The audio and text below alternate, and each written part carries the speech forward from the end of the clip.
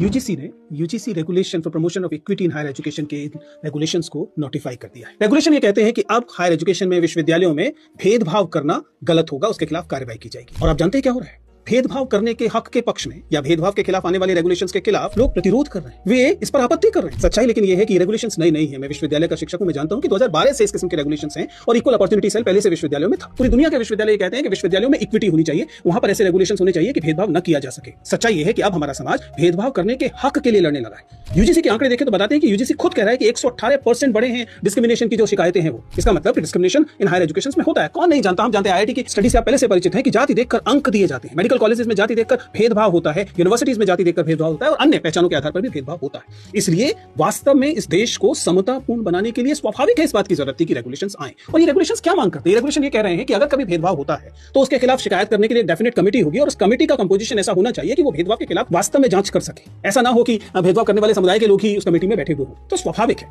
लोगों का कहना है कि इनका गलत इस्तेमाल हो सकता है, ये मेरिट के खिलाफ है। ये समझना मेरे लिए तो एकदम मुश्किल है कि मेरिट के खिलाफ कैसे हो सकता है। और जहां तक गलत इस्तेमाल की बात है, ध्यान रखिएगा, कोई भी एक्स्ट्रा ऑर्डिनरी लॉ, चाहे वो जेंडर जस्टिस के लिए हो रही हो, चाहे वो दहेज के खिलाफ हो रही हो, चाहे वो दलित उत्पीड़न के खिलाफ हो रही हो, वो एक्स्ट्रा ऑर्डिनरी लॉ होती ही एक्स्ट्रा ऑर्डिनरी इसलिए है क्योंकि अन्यथा जिनके खिलाफ यह भेदभाव हो रहा होता है वे बेहद कमजोर होते हैं। हमारे विश्वविद्यालयों में दलित समुदाय के शिक्षक और विद्यार्थी अभी कमजोर स्थिति में हैं। अगर उन्हें अतिरिक्त ताकत नहीं दी जाएगी तो ये भेदभाव लगातार बढ़ते रहेंगे। इसलिए मुझे लगता है कि हम तमाम लोगों को, ठीक तरीके से सोचने वाले लोगों को, इन रेगुलेशंस का समर्थन करना चाहिए और वे लोग जो इसके खिलाफ प्रतिरोध कर रहे हैं उन्हें समझना चाहिए कि देश संविधान से चलेगा। अगर देश संविधान से चलेगा तो भेदभाव जो है वो एक बुरी चीज की तरह ही पहचाना जाएगा, पहचाना जाना चाहिए।